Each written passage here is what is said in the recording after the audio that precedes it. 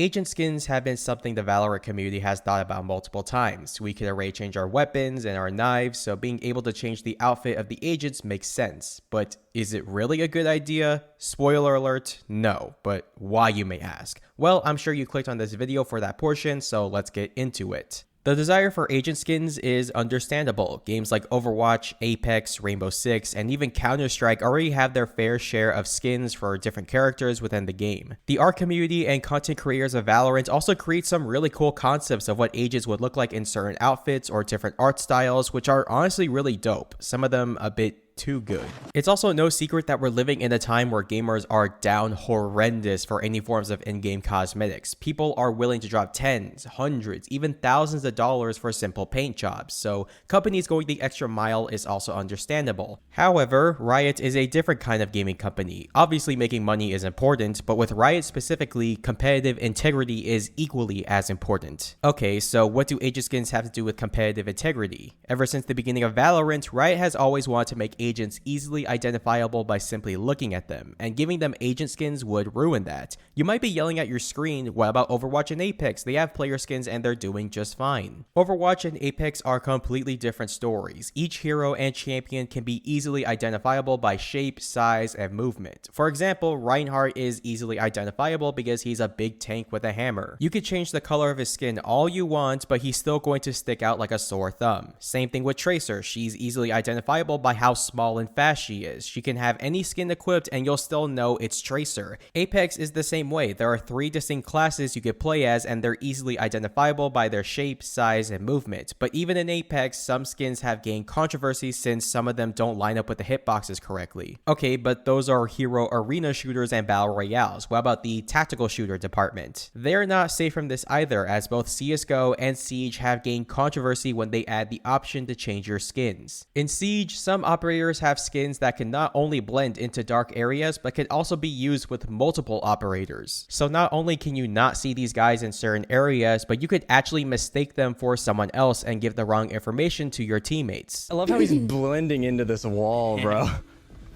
Like, what is that? No, I know. CSGO is arguably the main reason why Valorant won't do this. While CS doesn't have a class system like the other games, their player models are still important since you still want to see who's shooting you. In 2019, agent skins were introduced thanks to the Shattered Web update. It was a cool concept at the time since changing your skins was a thing back in Source and 1.6, but people quickly began to realize how bad of an idea this was, as certain agents could blend into certain environments, most notably the green FBI agent and any other agent that had green on it. In maps like Overpass and New Cache, if you had these skins equipped and stood next to something like a bush, you were basically invisible.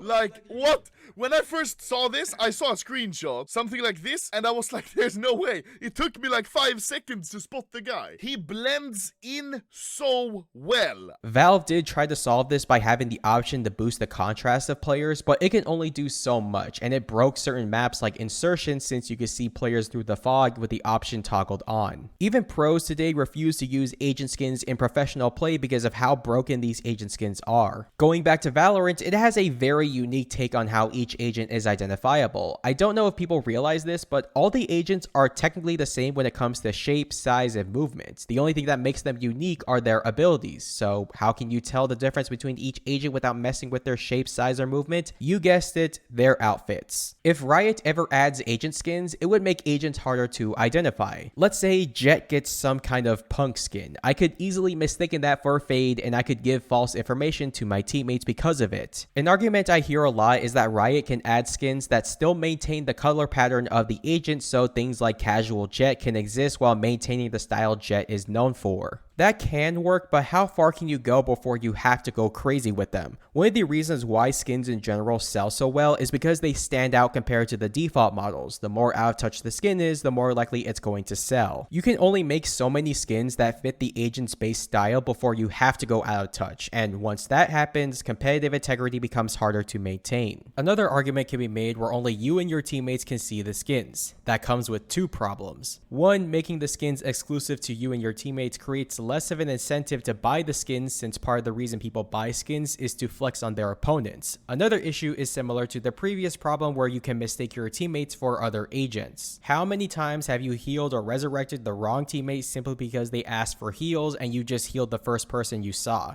That problem can be even more of an issue since you can now mistake an agent for someone else even if you pay attention. So what's the best thing Riot can do? Simple. Don't do it. If you never start the product line, you never have to worry about the future of it. I'm sure agent skins are always going to be in the back of Riot's minds, and I'm sure this video will age poorly somewhere down the line, but for the time being, agent skins are not a good idea. I know it sounds like I'm being a bit pessimistic, but competitive integrity has been a huge selling point for the game since the very beginning, and if Riot sees that agent skins conflict with that competitive integrity in other shooters, then it's a no-go on their end. So that is going to be it for today's video. What are your guys' thoughts on the idea of agent skins? Do you like them? Do you dislike them? Let me know down in the comments below. Do you have any suggestions as to how they could possibly work in Valorant? Let me know as well down in the comments below. I hope you enjoyed the video. Leave a like, subscribe for more content, and I'll talk to you all later.